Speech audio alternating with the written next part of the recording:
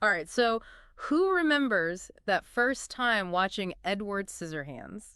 Like stumbling into this fairy tale, but with that classic Tim Burton darkness. Oh, absolutely. It's whimsical and kind of unsettling all at once. Hmm. You've got this gothic mansion and then boom, pastel suburbia. And in the middle of it all, there's Edward just trying to figure out, well, everything.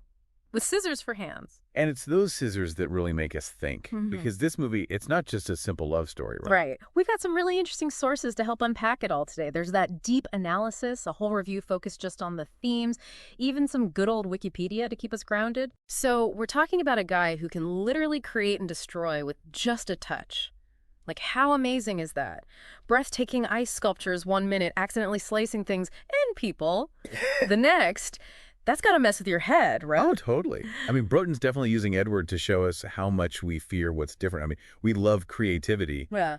until it makes us uncomfortable. And I was like, whoa, too sharp, back up. Exactly. And that's what I find so interesting. Edward isn't a monster, not really. He's actually incredibly, well, innocent is the word that comes to mind. He really is. Like, imagine being thrown into a world that you don't have the tools to understand. Right. And everyone expects you to just get it. It's like that part in the analysis where they compare Edward to Frankenstein's monster. Both of them just want to connect, but they're stuck with this fear and misunderstanding. Totally. That's what makes them tragic figures. And this quote from that psychologist analyzing Edward, I swear it gave me chills. The years spent in isolation. Well, they have not equipped him with the tools necessary to judge right from wrong. Like, how do you even teach morality to someone who experiences the world so differently? And that's where your world comes in, right? The AI connection. Oh, yeah. This isn't just some made-up fantasy. This is getting real and fast. Think about it. What happens as AI gets more complex? What if they have to figure out right and wrong, but in a world we created? Okay, see, this is why I love these deep dives. We just went from Scissorhands to the ethics of AI in 5 minutes flat. My brain is already buzzing. Yeah. Right. It's classic Burton, though. That ability to blend, everything. You've got gothic, romantic, fantastical. The analysis even called it a gothic fairy tale, which I thought was perfect. But underneath it all, oh, he's definitely got something to say about society. Especially when it comes to, well, let's just say the suburbs aren't as picture perfect as they seem. Oh, tell me about it. Those lawns, those houses, all in, 4 approved colors. I swear I read that somewhere in the materials.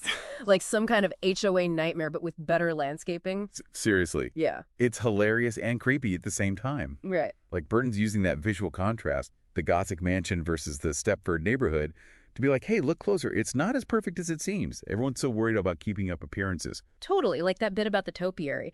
Edward shapes one bush into a dinosaur, and suddenly everyone wants a piece of that action. Same with the dog grooming, the hair. It's like individuality is only okay if it fits into their very specific box. 100%. It's like that thing the analysis mentioned about South Park. Remember those goth kids? They're so busy rebelling against the mainstream, but they end up kind of, well, conforming in their own way, right? It's like, Yeah. We all want to belong, but on our own terms. It's this weird human paradox.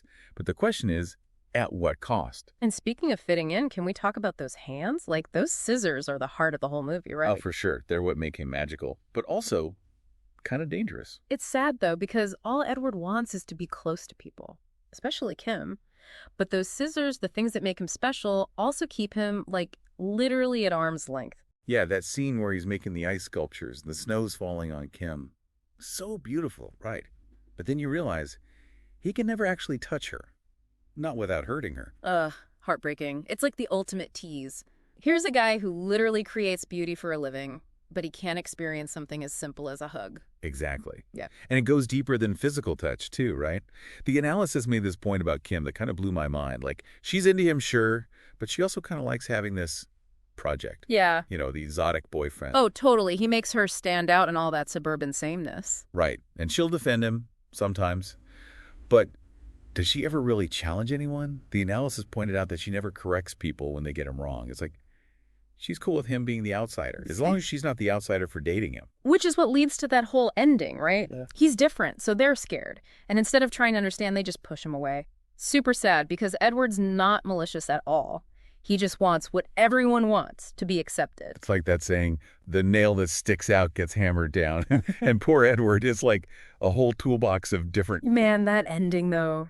Edward all alone again, back in that mansion with the snow falling down on everyone below. It's sad, but also kind of beautiful, you Yeah, know? it really sticks with you. It does. Makes you wonder about those snowflakes. You think that's Burton's way of saying, like, hey, Edward's still out there. Like, a part of him is always going to be with them, even if they don't realize it. Could be. But I kind of love that we don't know for sure. I mean, on the surface, it's heartbreaking, right? He couldn't make it work, couldn't have that connection. But maybe those snowflakes are his legacy, the beauty he created that lives on. Makes you think about that quote from the psychologist, the one about Edward never understanding our world. It's like, what happens when we create AI that gets it? Yeah. Like, really gets us. Maybe even sees things we miss. Whoa. Now that's a thought.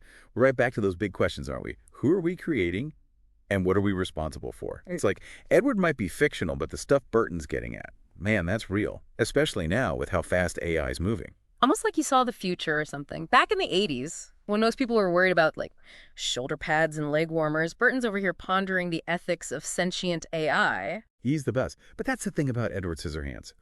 It's a warning, but it's also hopeful. You know, like, hey, be careful what you create, but also don't be so quick to judge. Look for that humanity, even when it seems, well, a little sharp around the edges. So next time you see a bush shaped like a giraffe, or maybe even just catch a snowflake on your tongue, take a second, think about Edward. He's a reminder that amazing things can come from unexpected places. And that maybe, it's our differences that make us truly special. And that's a wrap on Edward Scissorhands, everybody. Thanks for joining us on this deep dive.